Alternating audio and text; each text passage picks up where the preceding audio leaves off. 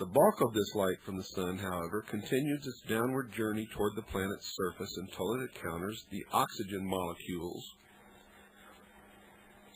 At the point where the sunlight reaches a sufficient concentration of oxygen molecules, a reaction takes place. A certain portion of the light from the sun, that portion known as the ultraviolet section, strikes the O2 molecules and imparts its energy to the oxygen molecule it has struck. This has two effects. First, it greatly reduces the amount of ultraviolet light which would otherwise reach the Earth's surface, because the ray, or unit, or beam of light, loses energy and becomes light in the lower spectrums, the ones we call colors. This is one of the causes of that spectacular light show called the Southern or Northern Lights, Aurora Borealis. Second, it converts the oxygen molecules O2 into ozone molecules. Wake up. There's a portion of our atmosphere from 10 to 50 kilometers up which does not, however, get this name because it contains some magical, mysterious layer of matter known as ozone, which exists and has existed from the beginning of time to protect us from ultraviolet light, and which is now under dire threat from various man-made products. No. That is a crock of crap. It's a hoax. It's a lie. I like lie better because that's what it really is. It's a lie. It's called this name because this is the region where oxygen molecules are struck by incoming ultraviolet light and convert to O3, or ozone molecules, and it therefore has a slightly higher proportion of ozone molecules to oxygen molecules. Why only a slightly higher portion? Because remember, the atmosphere is constantly mixing. It doesn't stay there very long. And remember that ozone is a free radical. As soon as it strikes something that will oxidize, it reverts back to a molecule of oxygen, and the free radical forms with whatever was oxidized. Do you understand? There will continue to be an ozonosphere, and that's what it should be called. It's not an ozone layer, it's an ozonosphere, or as it is incorrectly termed, as ozone layer.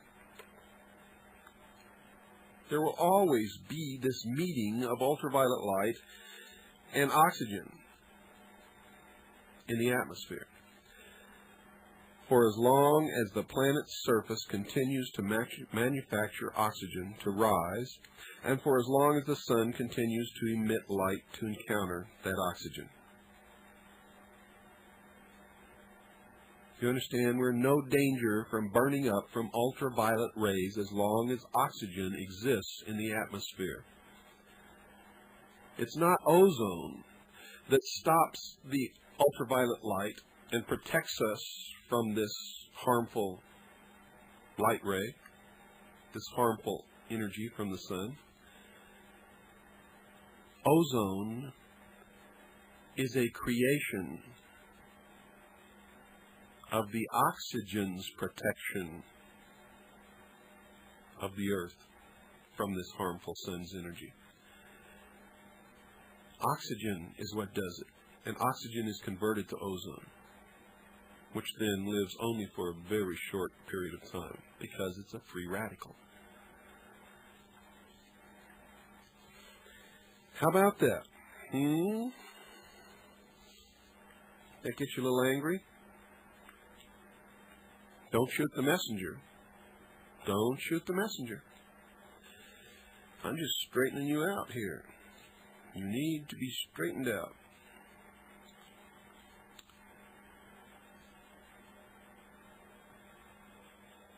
You see, this is no different than the meeting of the water and the land.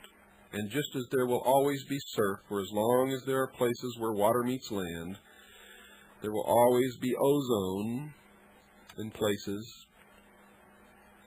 where ultraviolet light meets oxygen.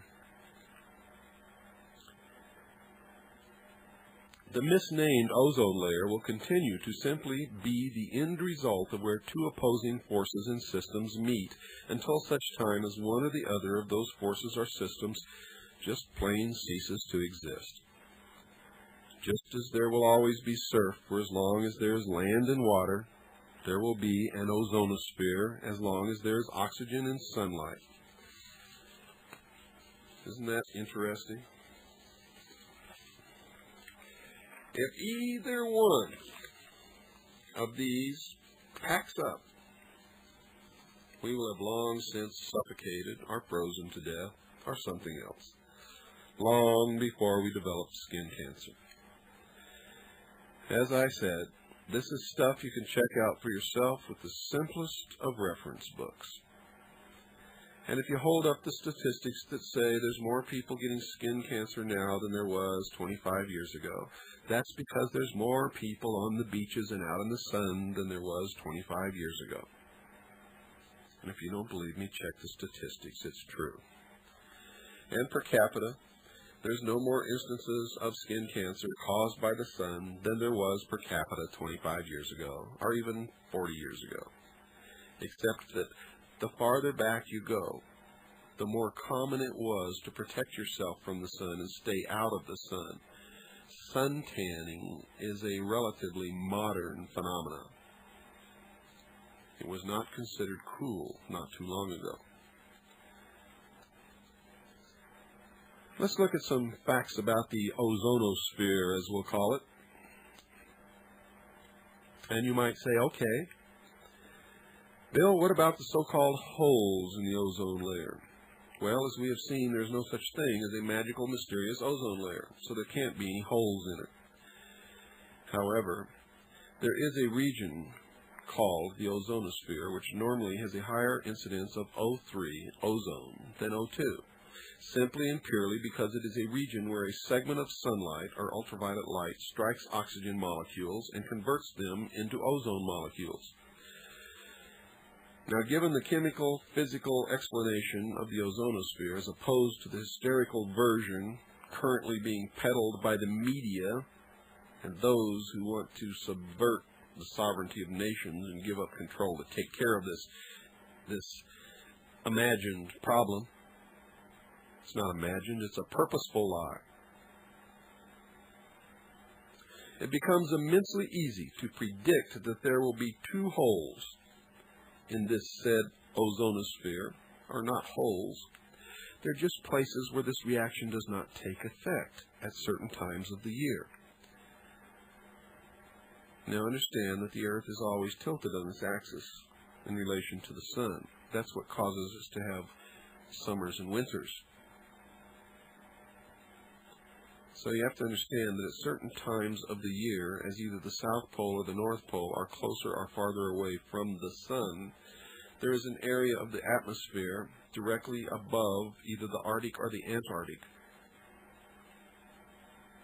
where there is no meeting of oxygen and ultraviolet light. And you notice that these are the only places where they ever take photographs that show that there's no ozone in the atmosphere at that point. Actually, even though they show that there's none, there's always some. If lightning goes through the atmosphere, there's ozone. However, there's not as much as there would be if the sun, the ultraviolet light, were striking oxygen molecules at that point. Does everybody understand that? Gee, I sure hope you do, because I'd hate to start all over and explain this again. I hope you're taping this episode of The Hour of the Time, the only hour that ever was or ever will be or that ever is, the hour during which you will decide your future and thus our collective futures. As I have demonstrated, the so-called ozone layer requires for its very existence that oxygen molecules interact with incoming sunlight or ultraviolet light in order to create ozone molecules which can then be measured and referred to as the magical ozone mantle that protects us from ultraviolet light. Now, as you've already learned, that's a crock of crap, a lie, a blatant, purposeful lie. It's not accidental. It is a real, purposeful lie. Now, There are two places, and only two on the face of the planet, where for a portion of the year no ultraviolet light strikes oxygen molecules, and therefore where there can be no large formation of ozone molecules. Now, folks, I'm referring, of course, to the northern Arctic Circle in the northern hemisphere, winter, and to the southern Antarctic Circle as the southern hemisphere, winter. The Earth, thank God, is not positioned exactly perpendicular to the rays of the sun. If it was, the sun would be overhead in the same place all the time, and the so-called tropical regions would just get hotter and hotter until they became uninhabitable deserts, and the polar regions would just keep freezing. The bulk of the Earth's surface would either be too hot or too cold to live in, with only a thin region where the two extremities met, capable of supporting life as we know it. Fortunately, this is not the case. The Earth is, in fact, tilted over to one side with respect to the sun, and it is this tilt that gives us our seasons. Now, if you could see a picture of the Earth, you would be looking at a representation of the Earth at what is known as the northern hemisphere, as the summer solstice. That is, when the sun is directly overhead at the Tropic of Cancer. This is the height of the northern hemisphere summer. As you could clearly see if you had a diagram, no sunlight would be contacting the atmosphere above the Arctic Circle, and therefore there simply could not be any conversion of oxygen into ozone. Hence, there would be a measurable absence in the amount of ozone in the ozonosphere or in the atmosphere at that time. Well, it's break time, folks. Don't go away. We'll be right back after this short pause. Welcome back, folks. Want to have some fun? Make copies of this tape and send it to your local environmental extremists. Now, environmentalism is good, but extremism and outright deception is bad. Make copies of this tape, send it to all of them, and watch them go down in flames. As the sun's overhead position gradually changes and the sun moves back across the equator, the amount of sunlight reaching the Antarctic Circle gradually increases, thus giving rise to an increase in the incidence of ultraviolet light striking the atmosphere, thus causing this absence to again be filled with ozone. And the so-called hole to shrink. And the same thing would happen at the opposite pole when it went through its winter cycle. And surprise, surprise, there would be a measurable hole there in the amount of ozone in the ozonosphere. After the southern hemisphere solstice, the sun begins its journey northward again, and as we have in Australia slip into our autumn, the hole at the Antarctic Circle starts to grow again. But it's not really a hole. It's just an absence of ozone where the ultraviolet light is not striking oxygen in the atmosphere. And it's not coming down to the earth and burning any humans to a crisp either. You see, it's not happening. Just not happening.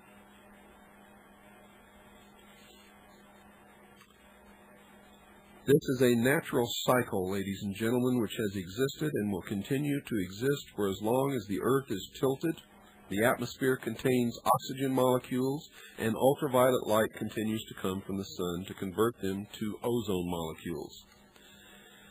There are no laws that puny men can pass to stop this awesome forces and these cycles of nature, as King Canute learned when he attempted to order the tides to turn back.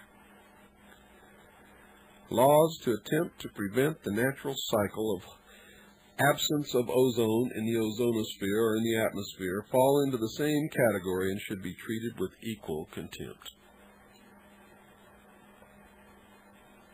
There's nothing you can do to change it. Do you hear me down in Rio de Janeiro? I know this broadcast